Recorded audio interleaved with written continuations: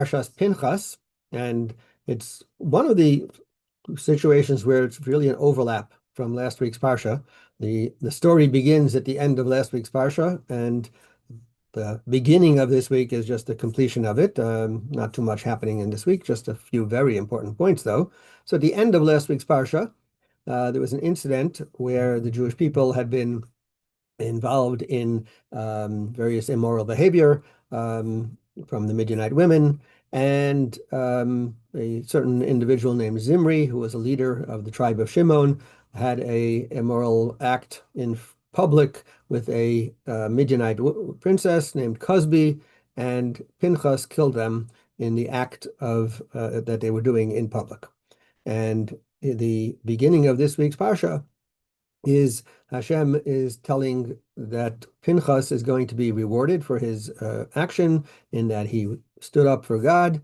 And one of the things that happens is he becomes a Kohen, which is one of the famous trivia questions because his father, Elazar, was a Kohen. His grandfather, Aaron, was a Kohen, but he wasn't a Kohen because at the time that Hashem made everyone a Kohen, he was not, he was still alive, he was alive, but he hadn't been appointed as a Kohen.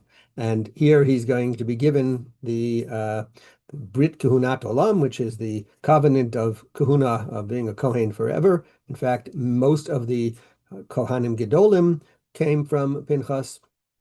And he's also given another thing called as Bisi Shalom, a covenant of peace, that Hashem promises something called a covenant of peace. A lot of discussion as to exactly what does it mean, a covenant of peace, which actually we're going to be doing in our class tomorrow afternoon, a Chumash class. But one of the explanations, which I've said before, a very famous explanation from the Nitziv, the Hamek Dover, and he explains that the covenant of peace is a reward that Pinchas himself is going to be not affected in a negative manner by this action. And the way the Nitziv says it is that as a reward for the fact that Pinchas caused Hashem's anger, so to speak, to be nullified, that he wasn't going to act against the Jewish people for the terrible sins that they did. Therefore, Hashem blessed him with this characteristic of peace, namely that he also wouldn't get upset with people and he wouldn't be angry at people. Now, why would all of a sudden he be angry at people more so than he was before? And he goes on to tell us that because the normal nature of things are when a person does a violent act, they become more violent. That's how it happens when people do actions that are a certain way, in this case, being violent. They naturally, it instills within them a certain greater feeling of violence, and it's going to come out in other ways when they're thinking, their actions, other ways. All of a sudden, they become a little more aggressive. And this is, of course, something that we've learned many times in the past from the Sefer HaChinuch, right? That your actions become you. That if you want to change yourself, act. And mitzvos, that's what they're designed to do. By performing actions, then it becomes part of you. But it's not just that you are going to become familiar with doing that particular mitzvah per se, but it's going to change your whole way of approaching everything. So that if a person does kind acts, they will become a kinder person, not just because you've physically done the act, but internally you will become a kinder person. And the flip side here is that if a person does violent acts, then naturally you become a more violent person in how you act, how you think, etc. And this is one of the dangers for people who it's their job to act violently.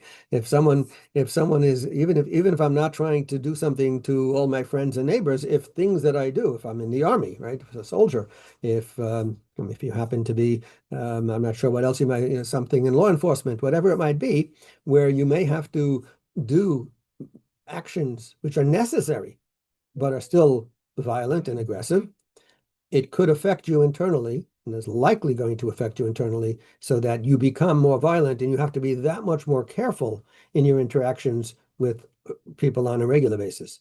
And then we have this promise here that Pinchas is being given a promise by Hashem that you will not be affected by your action. In fact, we have this similar idea is expressed in the Torah by what's called an Ir Hanidachas. An Ir Hanidachas is a city which was full of idolatry, that most of the people in the city were performing idolatry, and the punishment, by the way, it never actually happened, such a thing, but that's the law on the books, would be that the city would have to be totally destroyed. And again, the people who are doing the destroying of the city could be affected negatively because they're doing something which would be a violent act. And there again, Hashem promises that they won't be affected because that is the natural outcome for someone who does something. And therefore, in all of our activities, number one, we have to be careful if our activities are going to be things which are negative. If we're doing actions that are either aggressive, violent, cruel, etc., that might be for a specific purpose, and it could be something like you're going around killing flies, right?